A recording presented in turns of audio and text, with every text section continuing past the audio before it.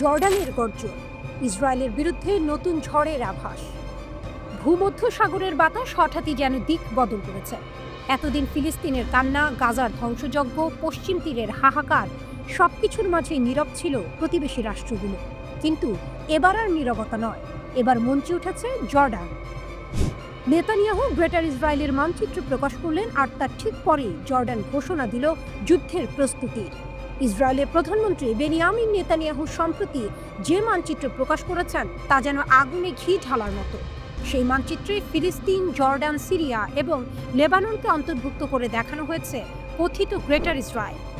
ফিলিস্তিনিরা ক্ষুব্ধ, আরব দুনিয়াও ক্ষুব্ধ, তবে সবচেয়ে তেতে উঠেছে জর্ডান। রাজধানী আম্মান থেকে জারি হলো এক ঐতিহাসিক ঘোষণা। 3 দশকেরও বেশি সময় ধরে বন্ধ থাকা জাতীয় সামরিক পরিষেবা কর্মসূচি আবার চালু করছে জর্ডান। সিনেমার মতো দৃশ্য কল্পনা করুন, একদল তরুণ, চোখে আগুন, হাতে পতাকা, সামনে দাঁড়িয়ে আছেন যুবরাজ হোসেন বিন আবদুল্লাহ। তিনি বললেন, দেশের প্রতিটি তরুণকে প্রতিরক্ষার জন্য প্রস্তুত থাকতে হবে। এই এক লাইনেই জর্ডানের ভবিষ্যৎ বদলে গেল। 1990-এর দশক পর্যন্ত 18 থেকে 40 বছরের প্রত্যেক পুরুষের জন্য সেনাবাহিনীতে 2 বছর কাজ করা বাধ্যতামূলক ছিল। পরে এই নীতি শিথিল হয়, সীমিত প্রশিক্ষণ চালু থাকে।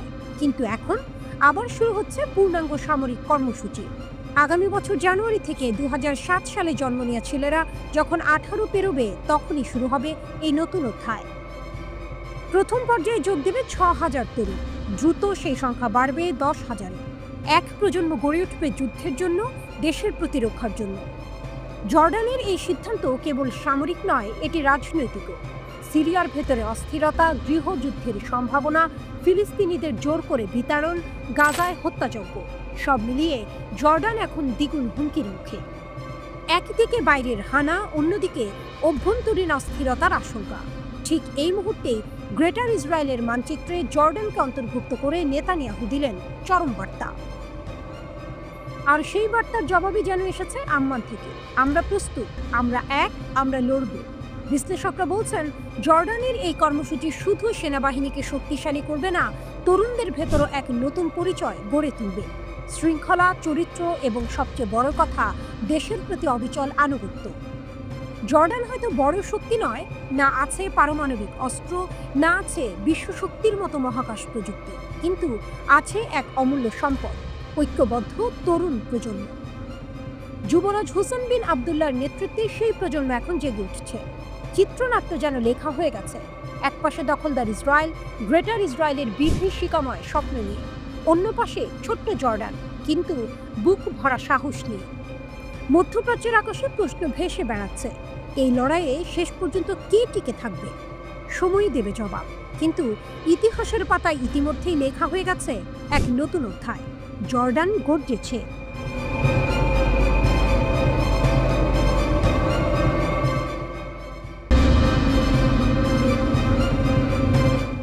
মহাকাশে ইরানের স্বপ্ন, শহীদ সোলাইমানি স্যাটেলাইটের অভিযান। রাতের আকাশে অসংখ্য তারা, কেউ তাকিয়ে দেখে শুধু আলো, কিন্তু ইরান, তারা দেখছে নিজের ভবিষ্যৎ। দীর্ঘদিন ধরে পশ্চিমা নিষেধাজ্ঞার শিকলে বাঁধা ছিল দেশটি। আমেরিকা, ইসরায়েল ও তাদের মিত্ররা ভাবছিল ইরানকে চিরকাল প্রযুক্তির দৌড়ে পিছিয়ে রাখা যাবে, কিন্তু ইতিহাস প্রমাণ করে ইরান কখনো থামে না। এই দেশ বারবার ভাঙা শিকলকে অস্ত্র বানিয়ে দাঁড়িয়েছে আরও শক্ত হয়ে। শত্রুর চোখের সামনে দিয়ে ইরান এবার ছুটছে মহাকাশ জয়ের পথে।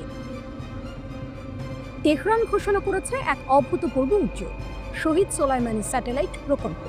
শুধু একটি বা দুটি নয়, একসাথে 20টি স্যাটেলাইট মহাকাশে পাঠানোর পরিকল্পনা। এই মিশন শুরু হবে 2026 সালের মার্চের মধ্যে। এমন সাহসী ঘোষণা শুনে দুনিয়া হতভম্ব। প্রযুক্তির মঞ্চে এটা কেবল এক ধাপ নয়, বরং এক লাফে শীর্ষে ওঠার ঘোষণা।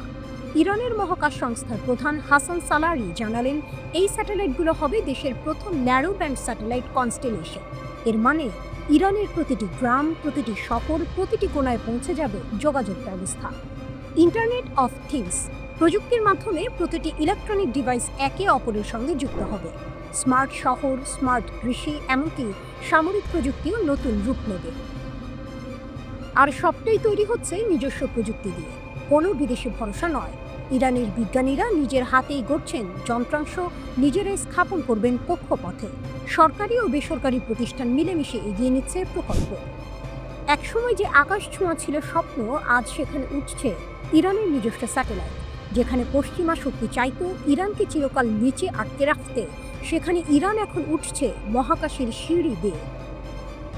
তবে স্বীকার করতে হচ্ছে, এটা সহজ পথ নয়। সালারি সতর্ক করে দিয়েছেন প্রযুক্তিগত জটিলতায় কিছুটা দেরি হতে পারে, কিন্তু তিনি আবারও নিশ্চিত করেছেন অগ্রগতি আসার চেয়েও ভালো। ভাবুন একবার, 20টি স্যাটেলাইট একই প্রকল্পে।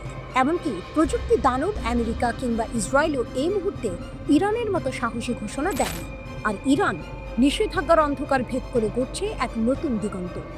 এ যেন সিনেমার চূড়ান্ত টুইস্ট, যেখানে ভিলেন ভেবেছিল নায়ক আর উঠতে পারবে না, ঠিক তখনই নায়ক উঠে দাঁড়ায় আকাশের বুক ছিঁড়ে নিজের পতাকা গাড়তে।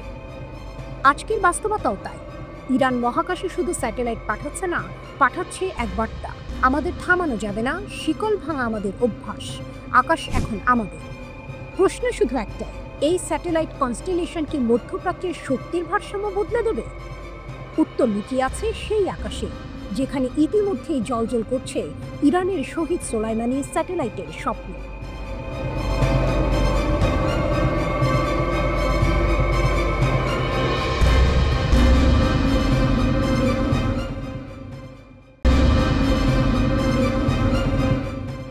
মাউন্ট হারমোনি বিস্ফোরণ, ইসরায়েলের ঘুম ভাঙল। দক্ষিণ সিরিয়ার পাহাড়ি অঞ্চলে মাউন্ট হারমোনের ঢালুতে একটি বিস্ফোরণ ঘিরে উঠল শীতল ধোঁয়া আর আতঙ্ক। সীমারেখার নীরবতা মুহূর্তেই কেটে গেল। 7 ইসরায়েলি সৈন্য আহত, 4 জন গুরুতর। সৈন্যরা যে অস্ত্র ব্যবহার করছিলেন তা পুরনো সিরিয়ার যুদ্ধের ছায়া ফেলে যাওয়া। একটি ভুল নাড়াচাড়া আর বিস্ফোরণ, মুহূর্তে রক্ত আর ধোঁয়া মিলিয়ে গেল। আহতদের তড়িঘড়ি সাফেদ হাসপাতালে নিয়ে যাওয়া হয়। ঘটনাটি ঘটেছে একটি রিজার্ভ ইউনিটের মধ্যে। এরা সীমান্ত রক্ষায় নয়, বরং অপারেশনাল প্রস্তুতিতে নিযুক্ত। কিন্তু পুরনো অস্ত্রের ব্যবহার একটি বড় চ্যালেঞ্জের মুখোমুখি করেছে তাদের। ইসরায়েল আর সিরিয়ার মধ্যে সম্পর্ক বর্তমানে নতুন দিকে ঝুঁকছে। সিরিয়ার পররাষ্ট্রমন্ত্রী আসাদ আল শাইবানি প্যারিসে ইসরায়েলের প্রতিনিধিদের সঙ্গে বৈঠক করেছেন। প্রথমবারের মতো দুই দেশের মধ্যে স্থিতিশীলতা ও দক্ষিণ সিরিয়ার শান্তি নিয়ে গোপন ফাইলগুলোর আলোচনা শুরু হয়েছে। কিন্তু বাস্তবতা আরও ভয়ঙ্কর। দক্ষিণ সিরিয়ার কুনেত্রা ও দারা প্রদেশ জুড়ে ইসরায়েলি সেনারা সীমান্ত লঙ্ঘন চালিয়ে যাচ্ছে। বাড়ি ঘরে হানা দিচ্ছে, চেকপয়েন্ট স্থাপন করছে এবং প্রায়শই বাড়ি ধ্বংস করছে। Syrian observatory for human rights জানায়, 5 অগস্ট আল কাহতানিয়া গ্রামে 2টি বাড়ি ধ্বংস করা হয়েছে। অভিযোগ, এই বাড়িগুলো ইসরায়েলি সামরিক অবস্থানের কাছাকাছি। পাহাড়ি ঢালুতে সূর্য অস্তাচলে, একদিকে ধোঁয়া আর ধ্বংস, দূরে সৈন্যরা আহতদের জন্য লড়ছে, আর আকাশের ওপরে শান্তির বার্তা। কিন্তু ভীতি ঘিরে রেখেছে সীমান্তকে। ইসরায়েল প্রায় 2 বছর ধরে উম্মুল আজম গ্রাম থেকে আল কাহতানিয়া ও আল হামিদিয়া হয়ে হারমোনির ঢাল পর্যন্ত সামরিক স্থাপনাগুলো স্থাপন করেছে। গত বছরের শেষের দিকে আসাদ সরকারের পতনের পর তারা দক্ষিণ সিরিয়ায় দখল প্রসারিত করেছে। যদিও বৈঠক শুরু হয়েছে বিস্ফোরণ দেখালো সীমান্তে শান্তি কেবল কাগজে। পুরনো অস্ত্র, অনিয়ন্ত্রিত আগুন এবং সীমান্তের উত্তেজনা, সব মিলিয়ে পরিস্থিতি এখন অত্যন্ত সংবেদনশীল। এই মুহূর্তে দক্ষিণ সিরিয়ার পাহাড়ি ঢালুতে নীরবতা নেই। প্রতিটি ঝাঁকুনি, প্রতিটি পদক্ষেপ, প্রতিটি শব্দ মুহূর্তে ইতিহাসের সাক্ষী। ইসরায়েলি সৈন্যদের জন্য সীমান্ত শুধুই কৌশল নয়, জীবন আর মৃত্যুর খেলা। গাজায় প্রায় 2 বছর ধরে গণহত্যা চালিয়ে যাওয়া ইসরায়েল মধ্যপ্রাচ্যের এই অগ্রগতি খুব নিবিড়ভাবে নজর রাখছিল।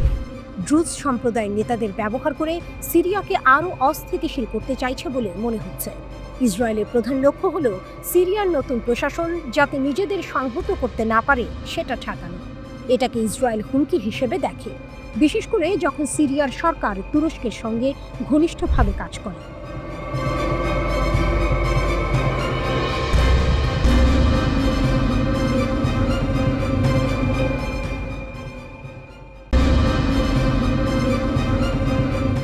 লাতিন আমেরিকায় উত্তেজনা, ভেনেজুয়েলার প্রতিরোধের ঢেউ। দূর লাতিন আমেরিকার আকাশে এবার যুদ্ধের আগুন জ্বলতে পারে। মার্কিন প্রেসিডেন্ট ডোনাল্ড ট্রাম্প বহুদিনের শত্রু ভেনেজুয়েলাকে এবার সরাসরি টার্গেট করেছেন, কিন্তু ভেনেজুয়েলার প্রেসিডেন্ট নিকোলাস মাদুরো একেবারেই ভয় পাননি। মাদুরো ঘোষণা করেছেন ৪৫ লাখেরও বেশি সশস্ত্র মিলিশিয়ার সদস্য দেশকে রক্ষা করতে প্রস্তুত। এই বাহিনী তৈরি করেছিলেন সাবেক প্রেসিডেন্ট হুগো চাভেজ, এবং যদিও সরকারি হিসাব প্রায় ৫০ লাখ সদস্য দেখায়, বিশেষজ্ঞরা মনে করেন প্রকৃত সংখ্যা কম। তবে সংখ্যা কম হোক বা বেশি, মানসিকতা একটাই, আমাদের দেশ রক্ষা করতে আমরা প্রস্তুত। যুক্তরাষ্ট্র ইতিমধ্যে মিসাইল সমৃদ্ধ ৩টি যুদ্ধজাহাজ পাঠাচ্ছে ভেনেজুয়েলার উপকূলে। সঙ্গে আছে P-8 গোয়েন্দা বিমান, একটি অ্যাটাক সাবমেরিন এবং আরও কিছু সাধারণ যুদ্ধজাহাজ। সব মিলিয়ে দক্ষিণ ক্যারিবীয় অঞ্চলে প্রায় ৪,০০০ মার্কিন সেনা মোতায়েন করা হচ্ছে। এবার পরিস্থিতি যেন একেবারে সিনেমার পর্দার মতো উত্তেজনাপূর্ণ। কিন্তু মাদুরো একা নন, তার পেছনে দাঁড়িয়েছে শক্তিশালী বন্ধু ইরান। যুক্তরাষ্ট্রের হুমকি ও চাপ সত্ত্বেও তেহরান কারাকাসকে সমর্থন দিয়ে যাচ্ছে। যুদ্ধজাহাজ ও সামরিক সরঞ্জামের এই বিতর্কের আড়ালে ইরান যেন বলছে, আমাদের বন্ধুকে একা ছাড়বেন না। অর্থনৈতিক চাপও অব্যাহত। ট্রাম্প ঘোষণা করেছেন যে কোনো দেশ যদি ভেনেজুয়েলা থেকে তেল কিনে, তাদের উপর আরোপিত হবে ২৫% শুল্ক। সাথে আছে পুরস্কার বাড়ানো। মাদুরোকে গ্রেফতারের জন্য এখন $৫০ মিলিয়ন। মাদুরোকে বিশ্বের অন্যতম বৃহৎ মাদক কারবারি হিসেবে অভিযুক্ত করা হয়েছে। এসব পদক্ষেপ যেন চাপ, হুমকি আর আর্থিক শাস্তি একসাথে। ক্যারিবীয় সমুদ্রপথে জাহাজ এগোচ্ছে, পাহাড়ের ঢালুতে মিলিশিয়ারা প্রস্তুত। নদী, সমুদ্র, আকাশ সবই যেন যুদ্ধের ফ্রেমে বন্দী। মাদুরো টেলিভিশনে মাতোরো ভাষণে বলেছেন, আমরা আমাদের সাগর, আকাশ ও ভূমি রক্ষা করব শেষ রক্তবিন্দু পর্যন্ত। এটা শুধু দুই দেশের দ্বন্দ্ব নয়, এখানে লড়াই মার্কিন সাম্রাজ্যবাদ বনাম ভেনেজুয়েলার প্রতিরোধ, এবং পাশে দাঁড়ানো শক্তিশালী মিত্র ইরান, যা সমীকরণে আরও জটিল করে তুলেছে। যুক্তরাষ্ট্রের যুদ্ধজাহাজ, শুল্ক, পুরস্কার সবই চাপ, কিন্তু ভেনেজুয়েলার মনোবল অটুট। মিলিশিয়া প্রস্তুত, জনগণ দৃঢ়, এবং মাদুরো বার্তা দিয়েছেন, যুদ্ধ আসুক, আমরা আছি, এই দেশ রক্ষা করব, আর ইতিহাস আমাদের সাক্ষী। এবার ক্যারিবীয় সাগর কেবল নীল জল নয়, এটা সিনেমার মতো। এটা সিনেমার মতো লড়াইয়ের মঞ্চ, যেখানে নায়ক ও খলনায়কের রেখা অতি সূক্ষ্ম। শেষ দৃশ্য কি হবে, সময়ই তা লিখবে।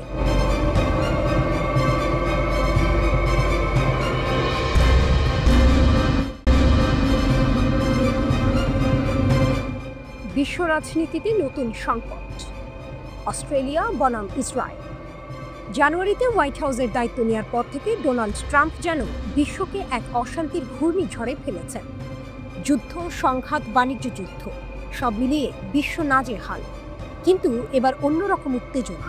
ট্রাম্পের ঘনিষ্ঠ মিত্র অস্ট্রেলিয়া ও ইসরায়েল এখন প্রকাশ্যে একে অপরের বিরুদ্ধে। যুদ্ধক্ষেত্রে নয়, কূটনৈতিক মঞ্চে। হঠাৎ করেই মধ্যপ্রাচ্যের স্বার্থকে ঘিরে শুরু হয়েছে কথার লড়াই। ট্রাম্প হয়তো ভাবতে পারেননি তার ঘনিষ্ঠ মিত্ররা একে অপরকে ঠেস দিতে পারে। এবার বিশ্বের নজর কেন্দ্রীভূত, যেখানে সামরিক শক্তি নয়, কূটনীতির ধনুক ছোড়ার যুদ্ধ। যুক্তরাষ্ট্র চীনের উত্থান এবং সামরিক অগ্রগতি ঠেকাতে নিজের ঘনিষ্ঠ মিত্রদের নিয়ে জোট করেছে। জোটের অন্যতম গুরুত্বপূর্ণ সদস্য অস্ট্রেলিয়া, যার কৌশলগত গুরুত্ব অপরিসীম। মার্কিন দৃষ্টি মধ্যপ্রাচ্যকে ইসরায়েলের চোখে দেখে। ইসরায়েলকে সবসময় পাশে দাঁড়াতে ট্রাম্প প্রতিশ্রুতিবদ্ধ।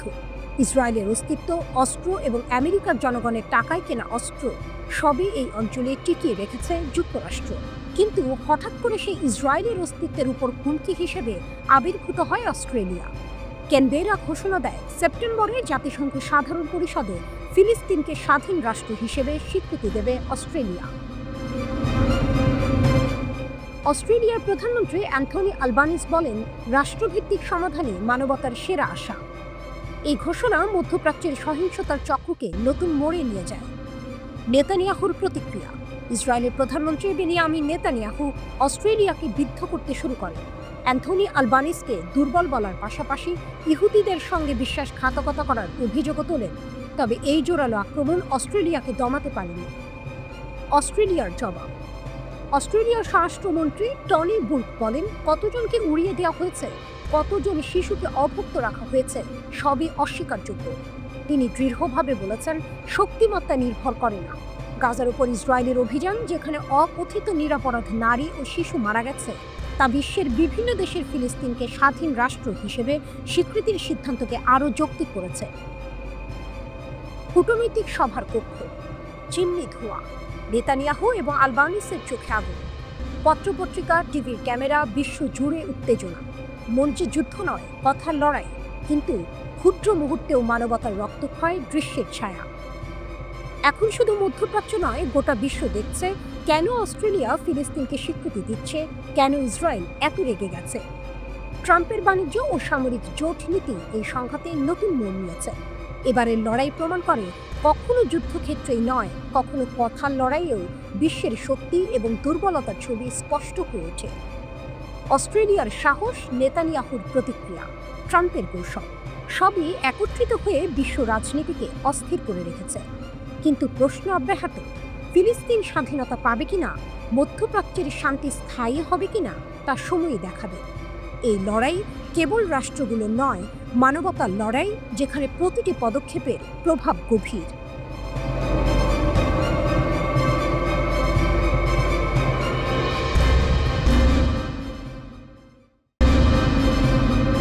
রাত গভীর, তেহরানের আকাশে ভেসে বেড়ায় নিস্তব্ধতা, কিন্তু সেই নিস্তব্ধতার ভেতরে লুকিয়ে আছে গর্জন, এক অদম্য শক্তির গর্জন। ইরান বসে থাকে না, তেহরান কখনো ঘুমিয়ে পড়ে না। যেখানে অন্যরা হোঁচট খায়, ইরান সেখান থেকেই ঘুরে দাঁড়ায়। আমেরিকার ভয়ঙ্কর নিষেধাজ্ঞা, ইসরায়েলের হামলার হুমকি, চারদিক থেকে চাপ, কিন্তু ইরান যেন এক যুদ্ধ জাহাজ, যত আঘাত পায় ততই নতুন করে জেগে ওঠে।